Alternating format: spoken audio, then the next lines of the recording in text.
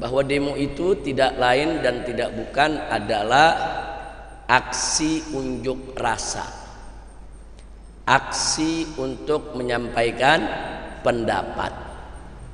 Jadi berdasarkan undang-undang yang berlaku di negeri kita, demo itu dilindungi undang-undang. Jadi tidak boleh ada pihak manapun yang menghalangi siapapun yang ingin melakukan aksi unjuk rasa atau aksi menyampaikan pendapat. Bahkan dalam undang-undang penyampaian pendapat disebutkan kalau ada orang yang dengan sengaja menghalangi orang yang ingin melakukan aksi, itu bisa dipidana, bisa dituntut dan bisa dipenjara ya. Nah artinya kalau dari segi perundang-undangan tidak ada masalah, bebas. Orang mau demo mau aksi silakan ya. Nah, jadi kita juga jangan alergi dengan saudara-saudara kita yang sedang aksi ya ikhwan. Itu yang pertama. Saya pikir kalau soal ini dulu kita pernah bahas berkali-kali, karena dulu kita juga sering demo dan sering diprotes orang tanya dalilnya apa. Nah, paling tidak dalam sejarah Nabi kita Muhammad sallallahu alaihi wasallam yang pernah dulu saya sampaikan bagaimana sekelompok sahabat pernah saling bergandeng tangan di kota Mekah, kemudian mereka bertahlil mengucapkan la ilaha illallah, berjalan di tengah masyarakat dengan tujuan untuk menunjukkan kepada mereka bahwa kami muslim, mau apa, bahwa kami masuk Islam, mau apa. Nah, jadi dia mau tunjukkan kepada orang-orang kafir di kota Makkah. Itu juga demo. Nah, karena mereka mendapatkan selama ini banyak orang Islam diintimidasi, diteror, disiksa ya ikhwan. Nah, sehingga ada sekelompok sahabat yang memang pemberani seperti Sayyidina Hamzah dan lain sebagainya, saudara, mereka bergandeng tangan, mereka tunjukkan Islam mereka secara terang-terangan ya, di depan mata orang-orang kafir. Nah, jadi ini juga salah satu bentuk aksi unjuk rasa, dia tunjukkan diri. Bahkan sebelum itu para sahabat pernah bermusyawarah, atau lebih tepatnya berbincang-bincang lah, tanpa kehadiran Nabi. Jadi diantara sahabat ini, saudara, ada yang punya inisiatif, pengen sekali-sekali begitu kita nih datang ke tengah-tengah orang kafir di depan Ka'bah, kalau mereka lagi kumpul kita baca Al-Quran yang keras, biar mereka semua dengar isi kandungan Al-Quran. Nah, kira-kira siapa yang berani melakukan itu? Tahu-tahu ada satu sahabat angkat tangannya siap melakukan itu, yaitu Abdullah bin Mas'ud radhiyallahu anhu. Abdullah bin Mas'ud ini pelayan kita punya Nabi, khadimur Rasulullah sallallahu alaihi wasallam. Abdullah bin Mas'ud ini yang suka bawa tongkatnya Nabi, bawa sendalnya Nabi. Kalau Nabi masuk kemana sendal dibuka, dia yang pegang, saudara. Nah, Abdullah bin Mas'ud ini fisiknya kecil ya, badannya kecil, kurus. Ya kalau untuk berkelahi nggak meyakinkan, saudara. Tapi berani luar biasa. Terus para sahabat begitu lihat Abdullah bin Mas'ud, mereka mengatakan jangan kamu, karena badannya kecil ya, ikhwan. Jangan kamu, yang lain aja. Udah gitu Abdullah bin Mas'ud ini dianggap juga bukan dari suku yang kuat ya, ikhwan, sehingga khawatir nanti nggak ada yang melindungi. Nah, tapi tetap Abdullah bin Mas'ud mengajukan dia yang membaca. Singkat cerita, akhirnya di hari yang sudah ditentukan Abdullah bin Mas'ud jalan menuju Ka'bah. Di sekitar Ka'bah banyak orang-orang kafir Quraisy, pemuka-pemukanya pada hadir. Ada Abu Jahal, ada Abu Lahab, ada Abu Sufyan ya ikhwan. Wah, ini pemuka-pemuka semua.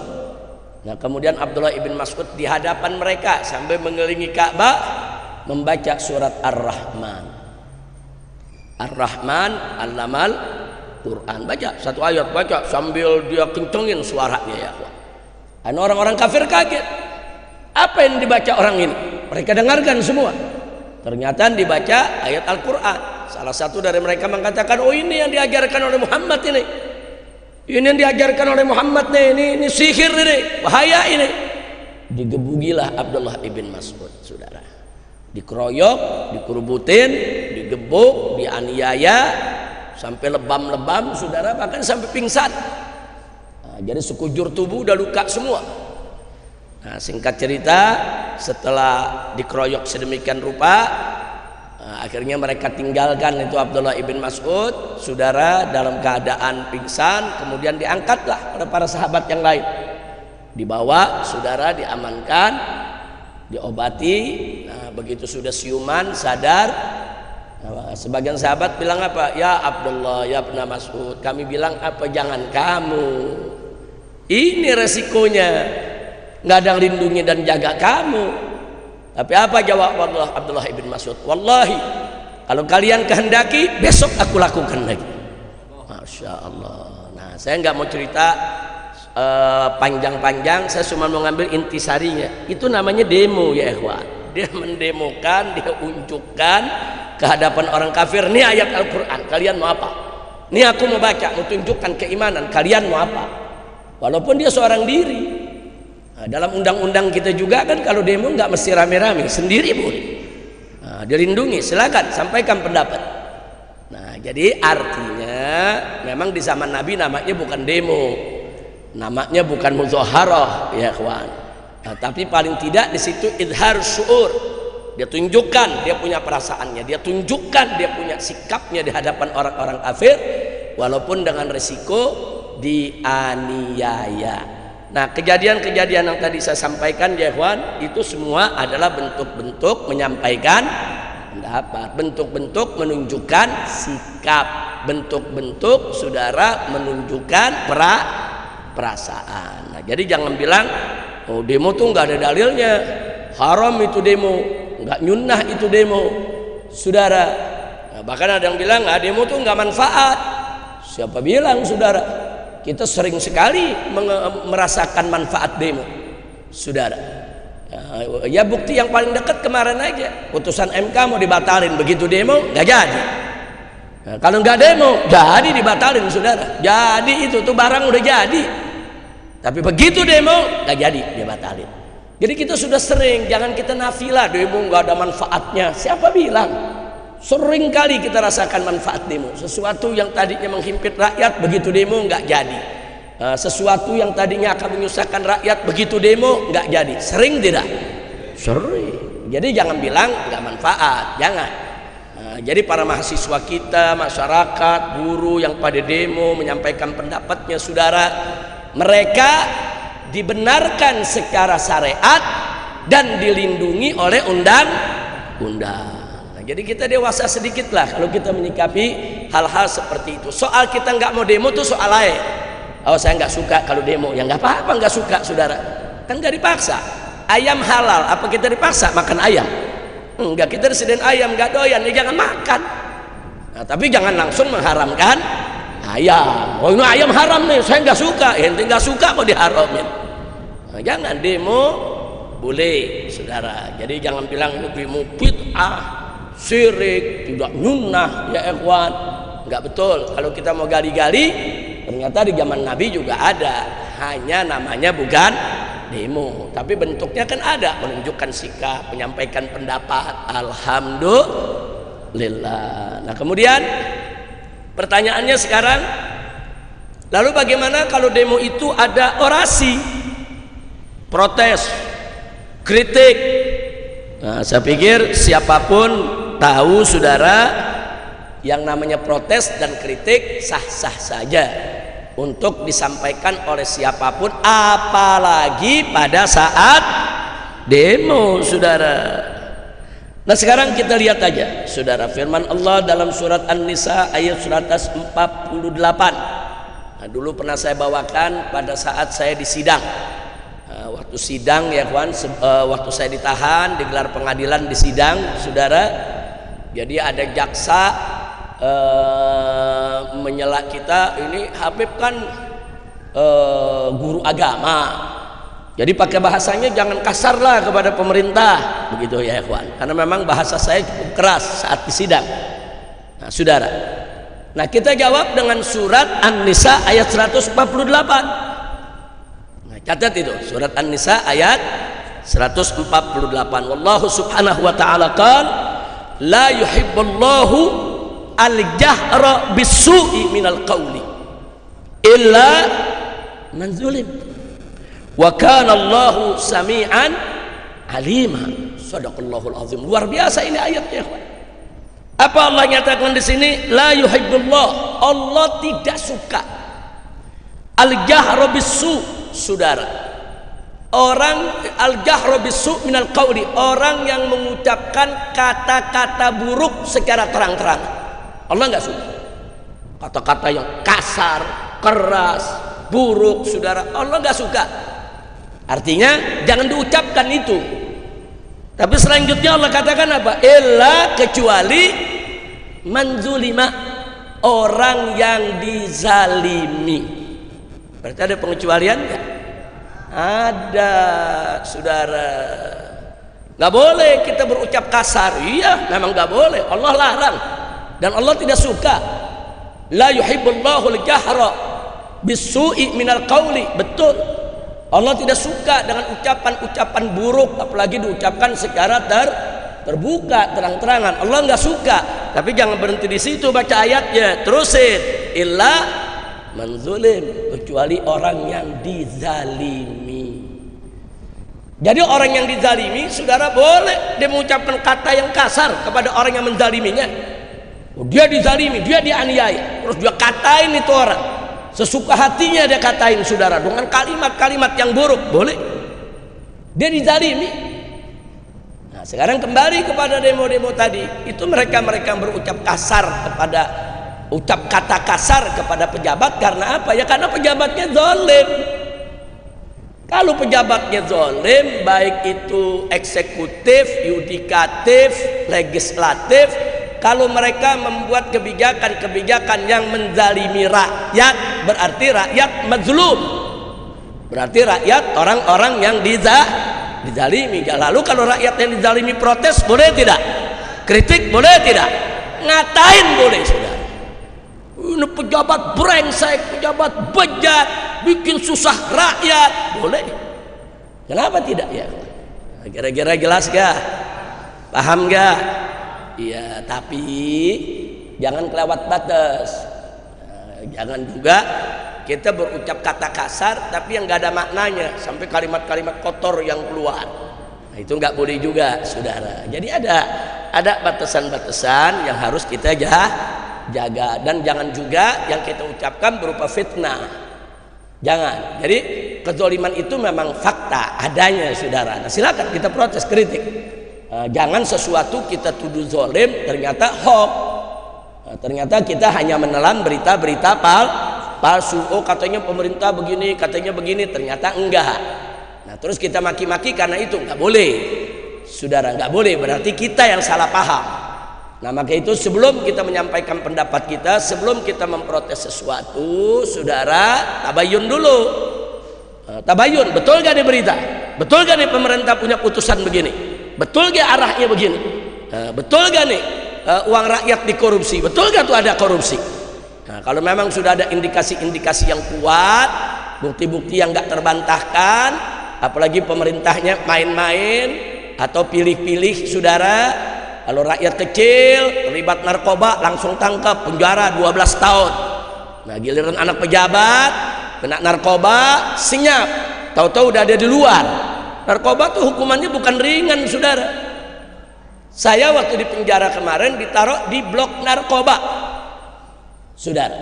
Nah, di blok narkoba itu ada 100 orang lebih, semua tuh terlibat narkoba, dan hukumnya berat-berat, saudara. Berat-berat. Paling ringan saat itu yang saya dapatkan cuma 5 tahun, rata-rata di atas 10 tahun, saudara. Nah, bahkan kadang-kadang di antara mereka ada juga cuman korban. Nah, artinya korban, dia dititipi sesuatu, dia nggak tahu isinya apa. Tahu-tahu begitu digerebek dia yang kena. Begitu dilihat barang buktinya banyak, dia kena 15 tahun di penjara. Tapi dia nggak bisa berbuat apa-apa, orang barang buktinya ada di tangan dia. Nah, makanya anda nih, khususnya anak muda, hati-hati terima titipan. Kalau orang kita nggak kenal, bahkan dari yang kita kenal pun juga kita mesti hati-hati. Kalau kita tahu, wah ini orang brengsek nih, dia orang suka mabuk, dia orang suka narkoba, tahu-tahu nitip sesuatu sama kita, tunggu dulu, jangan main terima. Nanti begitu dia titip, tahu-tahu pas ada penggerebegan, dia yang ngilang, kita yang digerebek, kita kena, tahu-tahu kena penjara 15 tahun. Dan itu saya dapatkan ya kawan, anak-anak muda. Di apa namanya, pada saat saya ditahan di Mabes Polri, anak-anak muda, ya betul, ada sebagian ngaku, ya Habib saya salah, memang saya ikut mengedarkan, saya salah, saya memang kurir, saya salah, memang saya menggunakan. Tapi ada juga yang nggak salah, cuman waktu diperiksa ya digebugin, mesti ngaku, itu kan jadi masalah. Nah, orang kalau udah digebugin, saudara, digebugin, disiksa, disetrum, jempol ditindih dengan kaki ujung meja, saudara, yang nggak berbuat juga terpaksa ngaku, nggak kuat orang ditahan, nggak boleh, karena pemeriksaan semacam itu nggak boleh. Saya waktu di Mabes Polri, di pengajian begini nih di Mabes Polri, saya ngajar, saudara.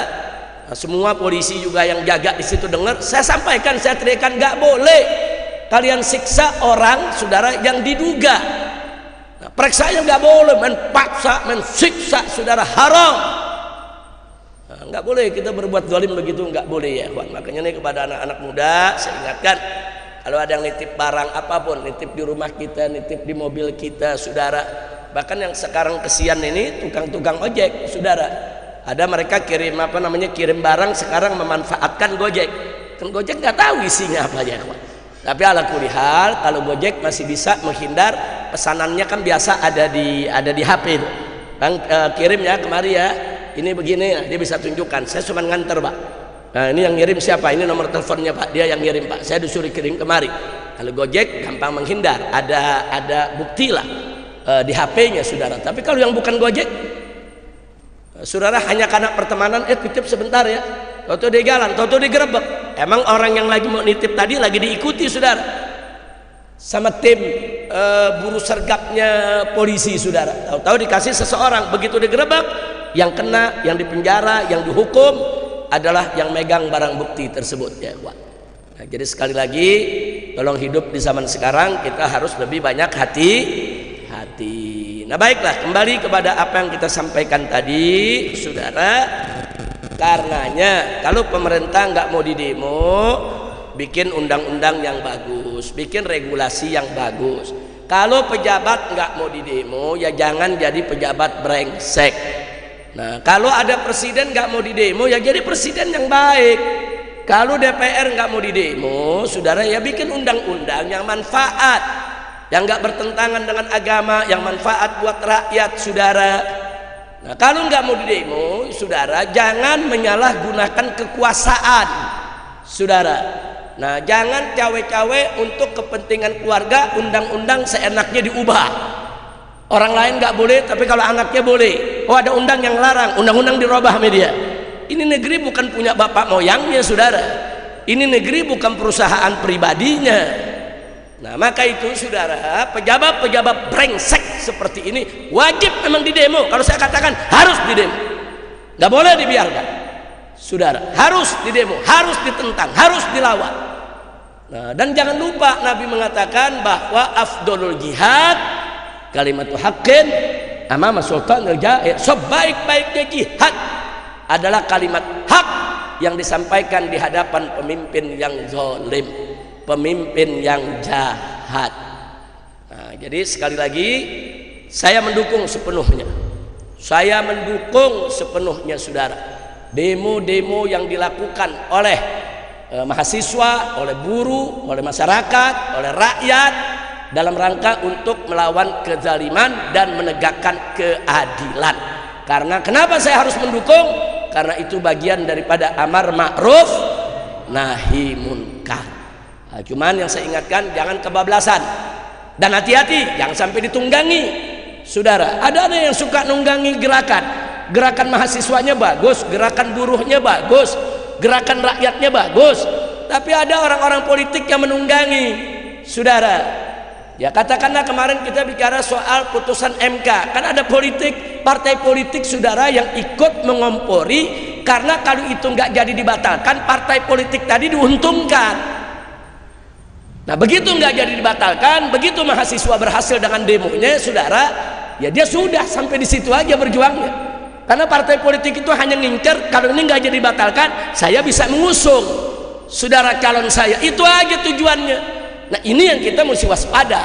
Kadang-kadang partai politik begini, saudara, sok jadi pahlawan, pura-pura bela mahasiswa, pura-pura bela rakyat. Oh, kadang-kadang ikut turun, saudara, ikut teriak soal keadilan, dirinya sendiri gak pernah adil. Ini terjadi saat ini. Hati-hati, hati-hati, saudara. Hati-hati. Tapi kalau demo-demo buruh, mahasiswa, rakyat, kita lihat aja, untuk suarakan itu keadilan, kebenaran, saudara. Dukung, dukung. Jangan ragu-ragu rakyat Indonesia untuk mendukung, saudara. Karena memang, saudara, di kondisi politik kita di negeri ini yang sudah partai semua diborong untuk mendukung rezim, partai nggak bisa diharapkan lagi untuk membela rakyat, maka rakyat harus membela dirinya sendiri, saudara. Nah, kalau gara-gara demo ada macet, jalan kita terganggu, ya maklumin, saudara, nggak tiap hari kok.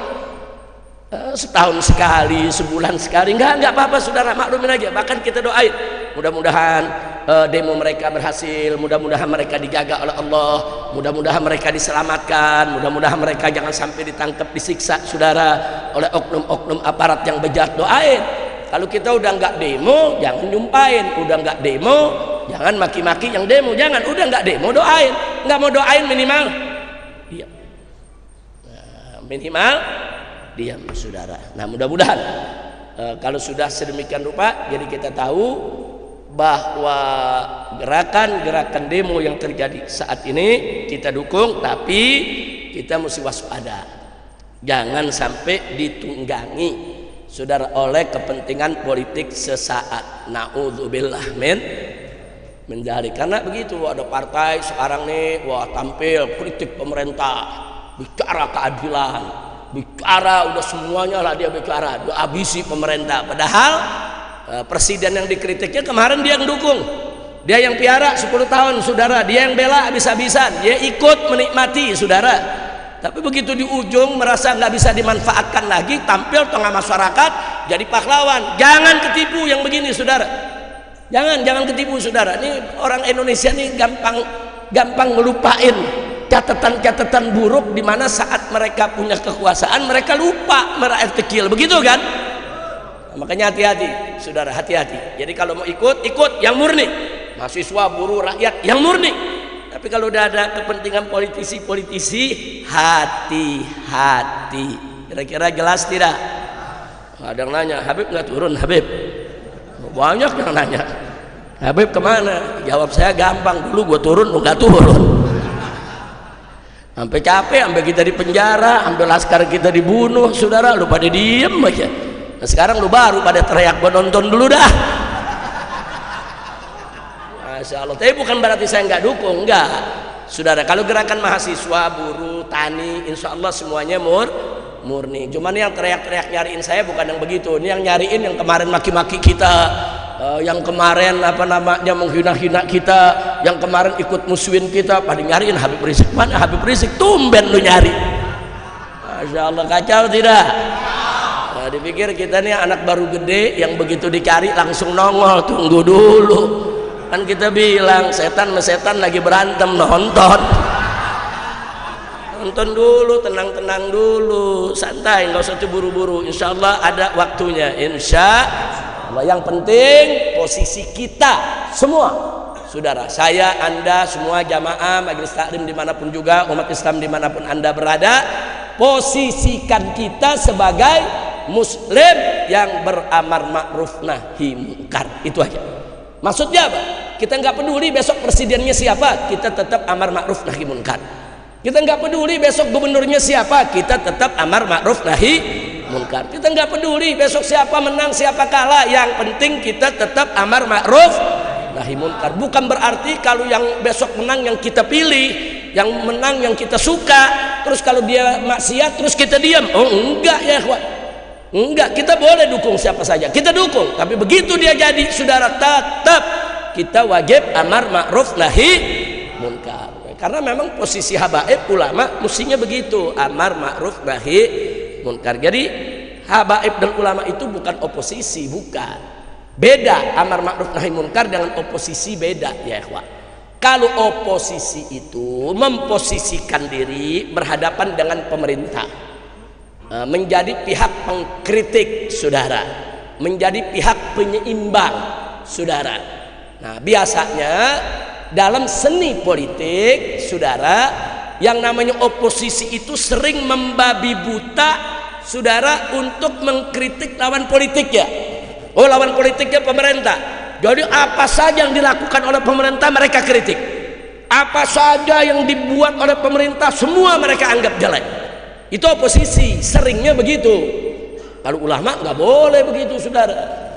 Nggak boleh, saudara.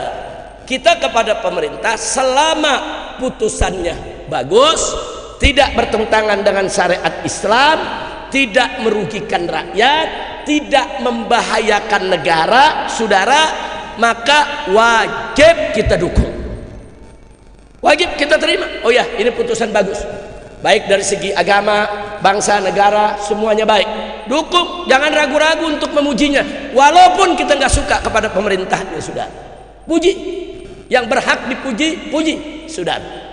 Walaupun datangnya dari orang kafir sekalipun, kalau dia benar, dia mengambil keputusan yang bagus, saudara. Jadi kita lihat substansinya, saudara, kira-kira jelas tidak?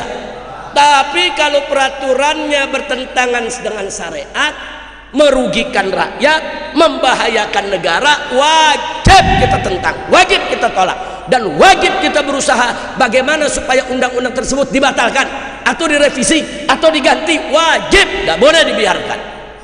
Nah, itu namanya sikap amar ma'ruf nahi munkar. Kira-kira jelas tidak? Jadi bukan oposisi, bukan. Jangan bilang Habib Rizik oposisi, enak aja. Gue partai nggak punya, anggota dewan bukan, pejabat bukan, dari mana oposisi, saudara. Terus kalau ada yang nanya lagi, Habib, tapi ini sekarang banyak yang minta presiden turun nih. Saya ditanya setuju apa enggak? Jawab saya, lu baru bangun tidur loh. Dia nggak tahu apa dari mulai di Mekah, saudara. Saya sudah teriak-teriak dari mulai di Mekah nih, di Mekah nih. Silakan buka lagi, saya sudah teriak. Kalau negara pengen selamat, makzulkan Jokowi, bubarkan PDIP. Dari dulu saya teriak, bukan sekarang, bukan dulu. Kira-kira jelas gak? Enggak, saya mau tanya yang hadir sini dulu waktu di Mekah, ada gak rekaman begitu? Ada gak? Beredar gak? Ya udah dari dulu, tahun berapa itu? 2017, sekarang 2024. Sekarang baru pada teriak dan sharing Jokowi, lu baru bangun tidur. Kira-kira jelas gak? Tapi nggak apa-apa, lebih baik terlambat daripada tidak sama sekali. Nah, udah tinggal 2 bulan lagi beres, baru mau dilengserin. Aduh, kacau dah. Udah gitu pakai nyalain, Habib Rizik nggak turun nih, payah. Udah puyeng. Padahal saya dukung, Beb, dukung nggak lengserin. Dari dulu kita juga teriak lengserin, saudara. Bahkan dari dulu saya udah bilang ini memang brengsek, nggak sesuai aturan. Aturannya baunya amburadul. Berkali-kali saya teriak brengsek, si brengsek, masa nggak paham sih? Kira-kira paham nggak? Udah, Ustadz Kembar ketawanya jangan kenceng-kenceng. Urusannya diciduk duluan nanti. Jadi kalau sekarang enggak, saya mau ngaji dulu, ngaji baca kitab ya. Iya, baca kitab biar yang muda-muda dulu dah yang teriak. So udah capek, udah teriak, udah sering, udah banyak. Kalau ibarat makan tuh udah bosen udah. Kira-kira jelas tidak? Paham tidak? Jadi artinya, saudara, ya saudara, kalau ada presiden siapapun dia, cawe-cawe membangun politik dinasti, dia hanya ingin untuk membahagiakan keluarganya saja dengan mengorbankan daripada kesejahteraan rakyat, wajib segera dilengserkan. Saya sudah sampaikan ini dari tahun 2017, makzulkan Jokowi. Loh, kenapa 2017 saya begitu semangat? Karena memang dari awal dia memimpin udah banyak bohongnya. Nah, Allah menyatakan dalam Al-Quran, wailul lil mutaffifin. Saudara, celaka bagi orang-orang tuh yang suka berdusta. Kalau dalam Al-Quran diceritakan orang yang suka mengurang-urangi timbangan, saudara. Dia bohong, dia curang, nggak boleh, saudara. Dan Nabi juga pernah mengatakan, man ghasyana falaysa minna. Barang siapa yang mencurangi kami, membohongi kami, menipu kami, tidak termasuk golongan kami. Dan sejak 2017 dari Mekah sana, saya sudah berteriak, saudara, siapapun pemimpin yang memperoleh kemenangan dengan jalan curang tidak akan berkah. Tidak akan berkah. Nah, sekarang kita lihat lagi, sudah dia sama dia ribut, saudara, ekonomi semrawut, saudara, utang nggak tanggung-tanggung, utang yang resmi dari pemerintah aja sudah lebih dari 8.000 triliun. Belum utangnya BUMN yang juga 8.000 triliun, saudara. 8.000 triliun, belum lagi uang pensiunan ASN, TNI, Polri, saudara. Itu jumlahnya nggak kurang dari 4 triliun. Jadi beban yang ada sekarang ini 20 triliun. Kesian Pak Prabowo, besok baru jadi presiden, mesti ngeberesin utang 20.000 triliun. Kalau nggak stroke udah bagus tuh. Ya kan kesian orang jadi presiden dilantik bukan dikasih saudara program yang bagus, dikasih apa? Beresin utang.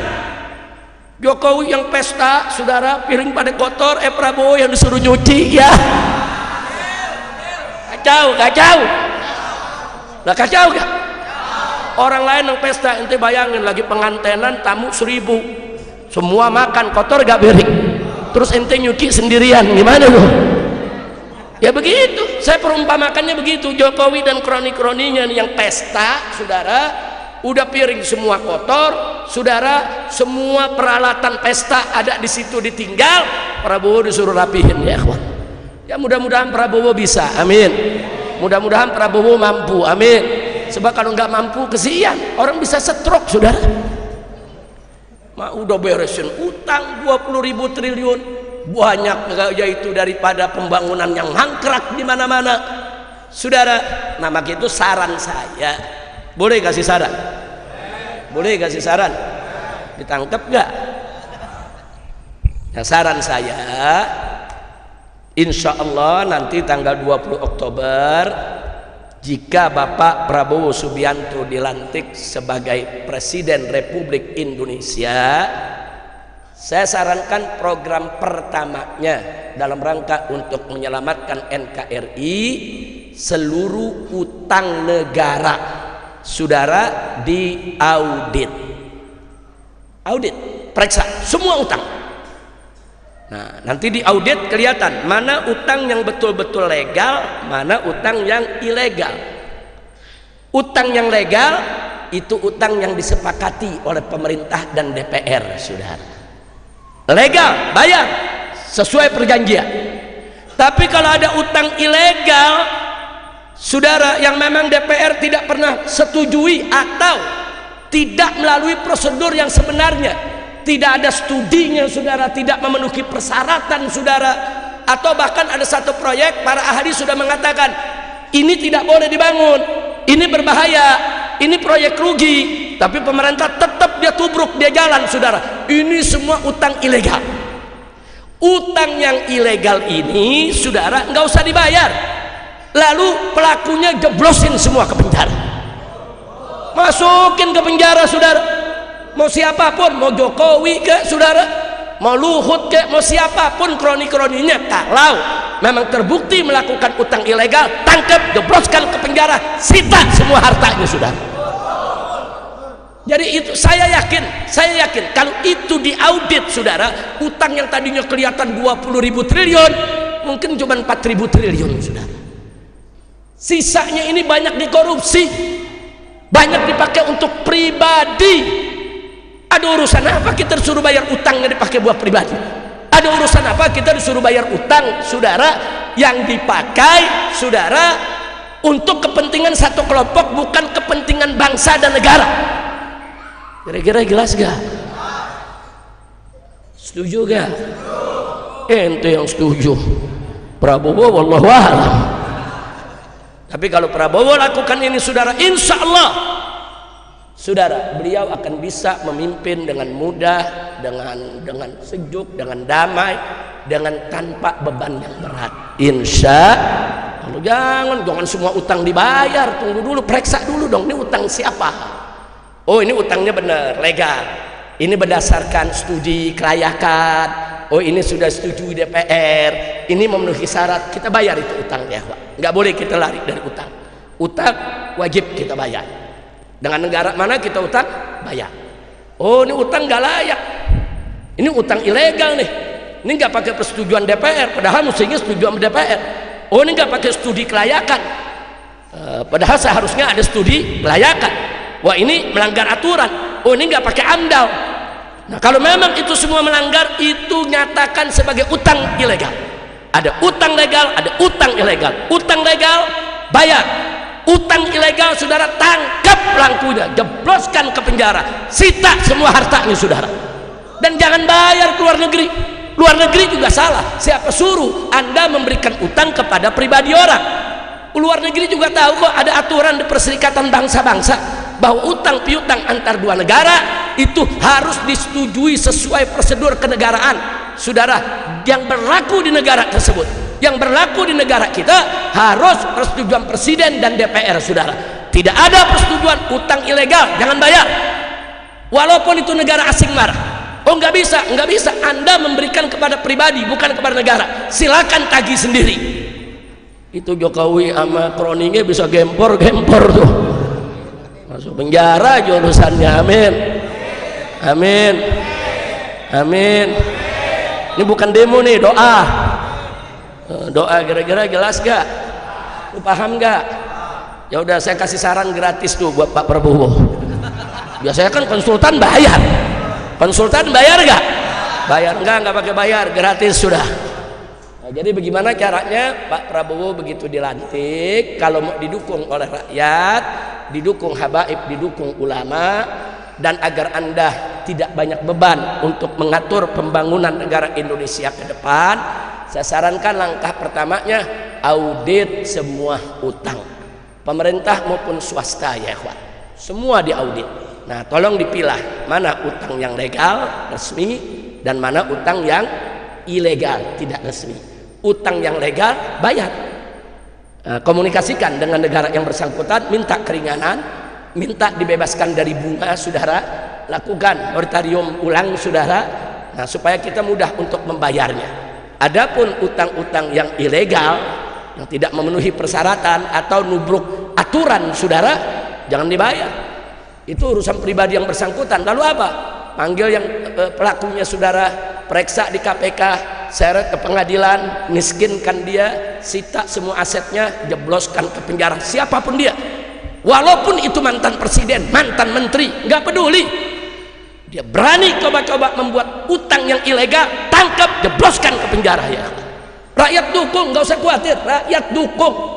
Saudara, saya tanya, kalau Prabowo melakukan itu saudara, semua koruptor-koruptor dijebloskan ke penjara saudara, setuju tidak? Dukung tidak? Takbir. Udah cukup, aneh ngaji jadi demo ntar. Nah, jadi itu yang saya mau sampaikan. Jadi itu aja. Jadi ada pertanyaan apa hukum demo? Boleh, asal jangan langgar syariat. Jangan demonya telanjang, jangan ya Pak. Jangan demonya nunjukin aurat, jangan. Jangan juga demonya kelewatan sampai bunuh diri, bakar diri. Kan ada yang demo bakar diri saudara, nggak boleh. Nggak boleh, dalam Islam nggak boleh. Demo boleh, unjuk rasa boleh, tapi tetap tidak boleh langgar syariat atau mengganggu orang yang tidak mengganggu. Ada yang nanya, kalau mukul aparat bagaimana Habib? Nggak boleh kalau dia nggak mukul. Tapi kalau aparatnya mukulin kita, nembakin kita, jawab dia lawan. Lawan kenapa? Dalam konteks bela diri saudara, bela diri wajib. Jangan diam, dipukul, pukul lagi, ditimpuk, timpuk lagi saudara. Berani gak lu? Ya kalau nggak berani tidur dah. Udah nggak berani so ikut demo, ulang demo marah-marah, demo begini ya, demo begini. Lu pikir demo makan apa? Makan rendang. Udah kira-kira jelas gak? Jelas. Nah, maka itu saya himbau kepada aparat kepolisian, perlakukanlah para pendemo di mana tempat, jangan represif. Itu anak-anakmu juga, adik-adikmu juga, itu bangsa Indonesia, satu negeri denganmu. Jangan yang demo disemprot gas air mata juga bubar saudara. Nggak usah pakai ditembakin, ada pakai peluru karet saudara, nggak boleh. Sampai ada yang matanya buta, telinganya jadi rusak, budak saudara, hidungnya patah, apa? Nah, maka itu saya minta kepada aparat baik TNI maupun Polri, hadapilah para pendemo, yaitu dengan sikap yang baik saudara, dengan persuasif, bukan dengan langkah-langkah yang represif. Nah kalau mereka bilang enggak, tapi pendemonya nih nimpuk duluan, yang saya lihat rekaman provokator yang nimpuk. Ujung-ujungnya provokator dari sono juga. Iya, kok Habib tahu? Kan pengalaman. Dan kita juga pengalaman demo, betul? Kita udah baik, udah rapi, baca selawatan, salatullah, salamullah, dari sono batu twing. Kena laskar, marah laskar, timpuk lagi, ada provokator. Kira-kira jelas gak? Udah jangan pakai alasan Habib ini karena mahasiswanya ya represif. Itu reaksi gara-gara ente represif, betul? Jangan kenyang-kenyang betulnya, ditangkap loh. Ini urusannya Masjid Al-Isra digerebek ini ntar. Masya Allah, udah dah. Jadi kalau cerita soal demo nggak usah cerita lah, kita udah pengalaman, udah demo puluhan tahun gitu, udah demo ya kawan. Kita udah tahu bagaimana dijebak, bagaimana diakalin dan seterusnya. Justru dengan pengalaman itu saya ingin berbagi dengan aparat keamanan TNI maupun Polri. Yakinlah kalau para mahasiswa buruh tani dihadapi mereka dengan persuasif, dengan baik, dengan damai, dengan sejuk, enggak bakal ada demo anarkis, saudara. Kalau mereka bersuara keras, ya nggak apa-apa, memang demo mesti keras ke suaranya. Kalau mereka coret-coret itu tembok, ya udah besok cat lagi, kenapa sih? Kalau mereka ngerubuhin pintu, ya besok panggil tukang las betulin. Kenapa sih mesti ditembak orang, mesti dipukul, pecah kepalanya, patah hidungnya? Orang yang pecah kepala, patah hidung, rusak pendengarannya, itu bisa cacat seumur hidup, saudara. Itu enggak sepadan dengan tembok yang rusak, dengan pagar yang rubuh. Jadi manusiawi lah, manusiawi. Nah, adapun para mahasiswa, para buruh, para petani, rakyat semuanya yang berdemo, ikhlaskan niat. Jangan mau ditunggangi oleh siapapun, jangan mau dijadikan alat politik siapapun. Berjuang dengan niat yang ikhlas, bersih, hanya untuk mencari ridha Allah, membela agama, bangsa dan negara. Pokoknya semua mahasiswa, buruh, siapapun yang berdemo dengan niat yang ikhlas untuk bela agama, bangsa dan negara, saya nomor satu paling depan untuk mendukung daripada perjuangan mereka, saudara. Takbir, shallu ala nabi. Saudara, dan sikap saya terhadap kondisi sekarang juga jelas, saya tidak pernah berubah dari dulu sampai hari ini. Saudara, saya tetap akan melawan siapapun pejabat-pejabat brengsek di negeri ini, saudara. Hanya semata-mata untuk amar ma'ruf nahi munkar, mencari ridha Allah subhanahu wa ta'ala. Dan pesan saya secara khusus buat Bapak Prabowo Subianto, tidak usah panik dengan demo-demo yang sekarang, karena demo-demo yang sekarang ini sebetulnya kan ditujukan, saudara, untuk rezim yang saat ini berkuasa, yang cawe-cawe, nabrak undang-undang, nabrak konstitusi hanya untuk kepentingan keluarga. Nah, mestinya Pak Prabowo ikut mendukung gerakan mahasiswa. Mestinya Pak Prabowo ikut mendukung suara-suara rakyat tadi. Nah, supaya apa? Supaya jangan sampai pula nanti begitu Bapak Prabowo memimpin, saudara, orang-orang brengsek ini akhirnya memaksakan diri ada di sekitar presiden yang baru. Itu bahaya. Nah, maka itu yuk saya mau ajak seluruh bangsa Indonesia ke depan. Kalau memang nanti Pak Prabowo dilantik menjadi presiden, saudara, kita jaga, kita lindungi. Jangan sampai Pak Prabowo ini ditunggangi, saudara, oleh Jokowi dan kroni-kroninya, saudara. Nah, jadi perjuangan mahasiswa sekarang nggak main-main. Kalau mahasiswa sekarang menolak adanya Gibran sebagai wakil presiden, wajar. Kenapa? Karena putusan MK-nya kan direkayasa. Putusan MK-nya itu kan cawe-cawe, saudara, sehingga dia boleh jadi wakil presiden. Nah, sebetulnya Pak Prabowo-nya sendiri jadi capres sudah bagus, menang silakan. Nah, tapi ada problem-problem di sekitar Pak Prabowo ini, yuk yang sama-sama kita beresin, saudara. Ya, kalau Gibran dianulir tidak perlu jadi wakil presiden kan boleh aja. Prabowo bisa kok jadi presiden sendirian, lalu nanti wakil presidennya bagaimana? Bisa dipilih oleh MPR, saudara. Wakil presidennya, saudara, kalau bermasalah ya berhentikan, anulir, mumpung belum dilantik, saudara. Apa perlu gelar pemilu ulang? Enggak usah pilpres ulang, enggak perlu, saudara. Prabowo silakan dilantik, nanti wakilnya bisa dipilih oleh MPR, saudara. Jadi nggak usah kita ribut-ribut, karena kalau kita ribut-ribut begini nanti terjadi gejolak yang lebih meluas, terjadi kegaduhan di mana-mana. bisa terulang peristiwa 98, bahkan bisa lebih hebat lagi dari 98. Hati-hati, jangan dipandang remeh. Ini gerakan pandang remeh, nggak apa-apa saudara, ini kan kecil, ini people power nggak seberapa, yang datang sedikit. Jangan sombong lah, jangan sombong. Ini kan yang baru turun kan mahasiswa, rakyat belum turun. Kalau rakyat yang turun, kalian digulung semua. Jangan sombong, jangan. Jadi persoalan ini hadapi dengan cerdas, dengan pintar, dengan piawai, saudara.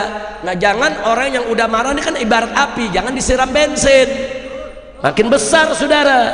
Nah, ajak tuh mahasiswa, mari kita duduk, apa maunya. Nah, kalau memang kemauannya wajar kok, mereka nggak mau ada politik dinasti, ya diakomodir aja. Memang nggak boleh ada dinasti, itu nggak boleh, saudara, dalam sistem demokrasi kita. Nah, makanya kan sedih sekali ada ketua umum partai terpilih tahu-tahu menobatkan presiden jadi Raja Jawa. Nggak boleh, saudara. Raja Jawa yang asli itu Sunan Hamengkubuwono yang ada di Yogyakarta, itu Raja Jawa. Orangnya sopan, saudara. Orangnya pinter, sopan, merakyat, dekat dengan masyarakat, keluarganya tidak sombong. Anaknya di jalanan tetap naik angkot, tetap naik BK, nggak naik jet pribadi, saudara. Itu Raja Jawa asli. Kalau yang ini si Firaun Jawa ini. Udah cukup.